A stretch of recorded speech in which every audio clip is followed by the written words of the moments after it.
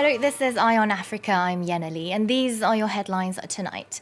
Gunfire and explosions ring out in the Somali capital as crowds take to the streets to protest the delay in organising the next presidential election. Niger gears up for the runoff round of the presidential vote.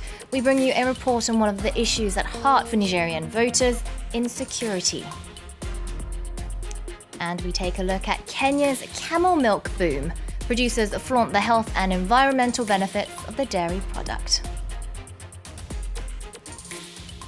Let's start tonight with the latest on the unrest in Somalia. Clashes that broke out in Mogadishu at a protest organised by the opposition. Residents that reported hearing sporadic gunfire and grenades being fired in the capital. Demonstrators were out on the streets showing their anger at delayed elections. The presidential vote was supposed to be held February 8th. Our regional correspondent Mukelwa Hlatshwayo explains what happened. Opposition politicians and supporters marched against the government in Somalia's capital Mogadishu on Friday morning.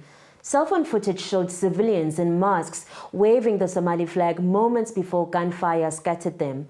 An opposition leader said that some had died. Eyewitnesses said that they saw wounded people limping or being carried into hospital.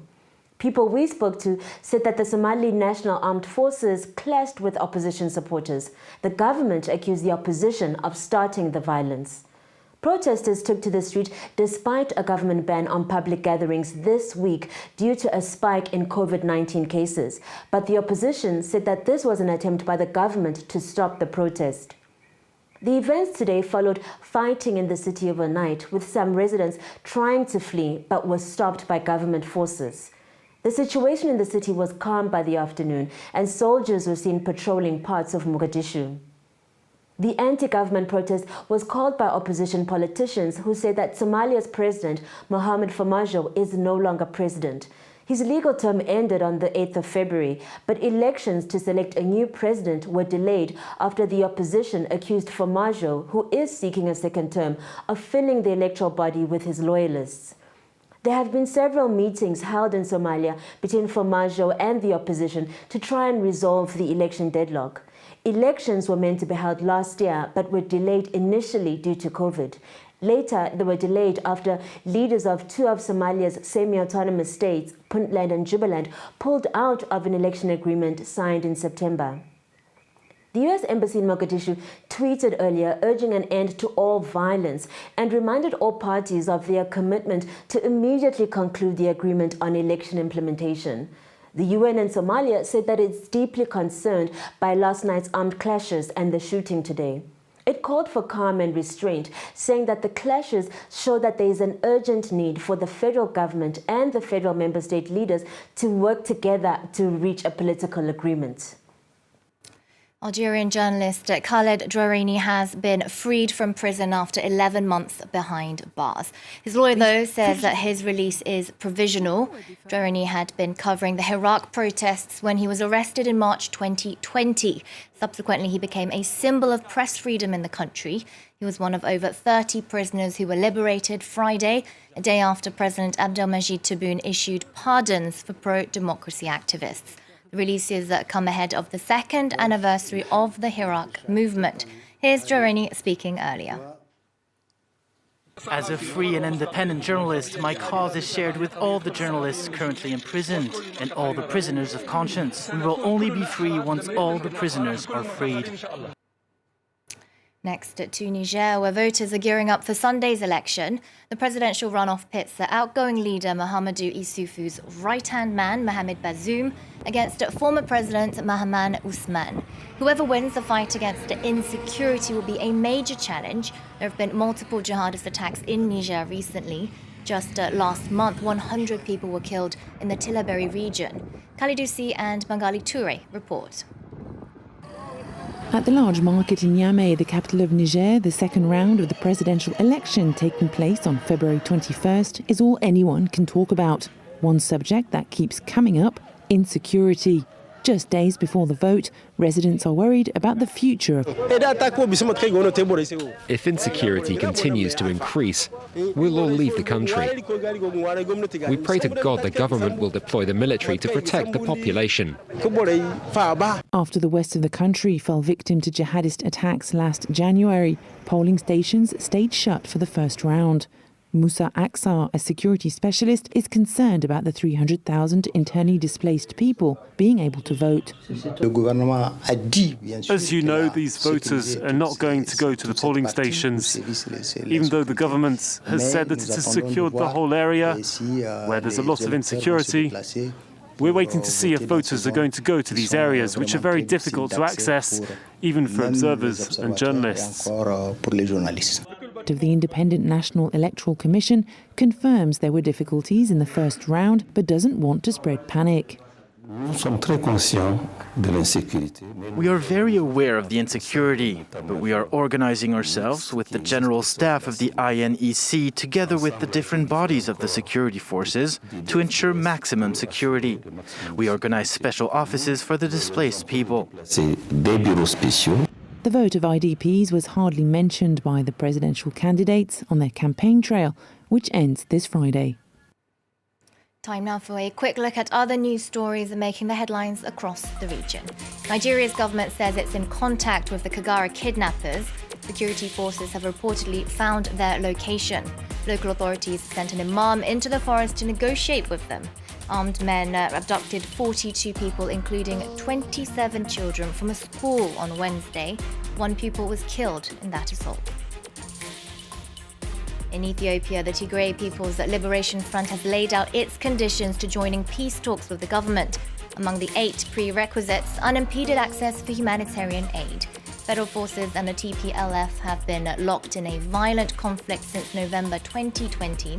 So far, almost 1 million people have been displaced and thousands killed. The UN has pointed the finger at South Sudan's leaders for instability in the country. In a new report, the body's Human Rights Commission describes the situation as a lot worse than during the civil war. The Commission chair accused state and opposition forces of backing attacks on civilians, attacks that are often along ethnic lines. And the pandemic has all but decimated the tourism industry in Morocco. The Atlas Mountains, once a popular destination, are now almost deserted. Nicolas Jamin has the story. In Morocco's Atlas Mountains, guides on horseback are currently unemployed. For months now, foreign tourists have stopped coming here because of the pandemic. Hotel owners say they have lost more than 2/3 of their customers. Espérance de pouvoir le plus vite possible voir le tourisme étranger ici dans le pays. Parce que c'est ça qui sauve vraiment la situation. Group holidays and seminars have been cancelled. This museum opened last year, but it remains empty. Souvenir sellers have nothing to do. البيع ما كاينش قليل.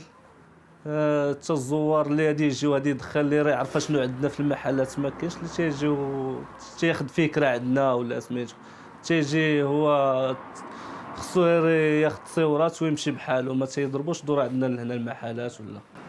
But the lack of tourists is benefiting the region's monkeys. في الفتره ديال الحجر الصحي هنايا القرود والحيوانات اللي كتكون هنايا ما لقاتش السياح اللي غادي يجيو انهم يعطيوهم ياكلوا هذا وهذا فكانوا كيعيشوا واحد الحياه طبيعيه كانوا كيتغداو طبيعي. Before the pandemic, foreign tourists often gave any old food to the primates. Now these Atlas monkeys, who are an endangered species, are eating more healthily. Finally, camel milk is becoming increasingly popular in Kenya. If before mostly people from the region bordering Somalia were known to enjoy the delicacy, now Nairobi natives too are also discovering the virtues of the dairy product. Farmers point out that it's rich in vitamin C and less fatty than cow milk. Elodie Cousin and Bastien Renouille went to meet some of the producers. Behind these bushes, around 20 baby camels are waiting for their mothers. Every morning, the breeders in charge of the herd are getting ready to milk them. We must produce the calf so that the camel can produce the milk. After she produces the milk, we can remove the calf and we milk it. Each animal produces 2 to 3 liters of milk a day, sold for about €2 in the shops. It's rich in vitamin C and is easier to digest than cow milk. Production is also easier in dry areas. Camels can stay up to 20 to 30 days without water. So, and the cattle cannot live without water even a single 2 days. Kenyan breeders are organized in cooperatives and now send their milk to Nairobi. It is then pasteurized and bottled. In camel milk particularly, the industry is very informal. There isn't that culture of pasteurizing the milk similar to cow milk. So we see ourselves as trailblazers in the industry, trying to make camel milk standards up to par with other dairy industry players. Bashir also developed a yogurt line. Diversifying the products is a way to attract more consumers. According to the producers' organization, Kenya should invest massively in camels. Camel is the future for global world because of the food security. The bulging population in Africa needs food. But right now, the climate has changed everything. The frequent drought has affected the livelihood of these people. Cattle have died. So camels is becoming an answer to withstand the climate change. And most of these communities now are adapting to the camels. To promote their milk, industrials are focusing on the local market.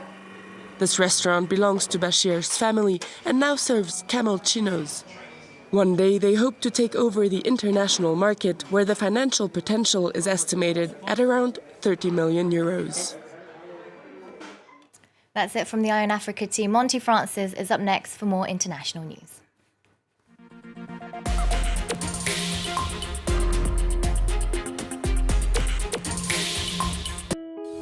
France 24 es rigurosidad, precisión y responsabilidad.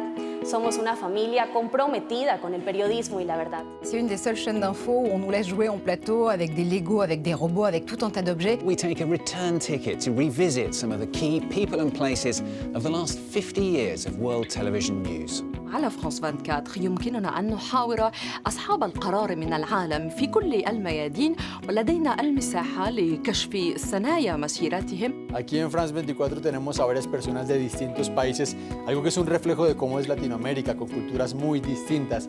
Y allí es muy bonito encontrar que en el deporte todos tenemos algo en común.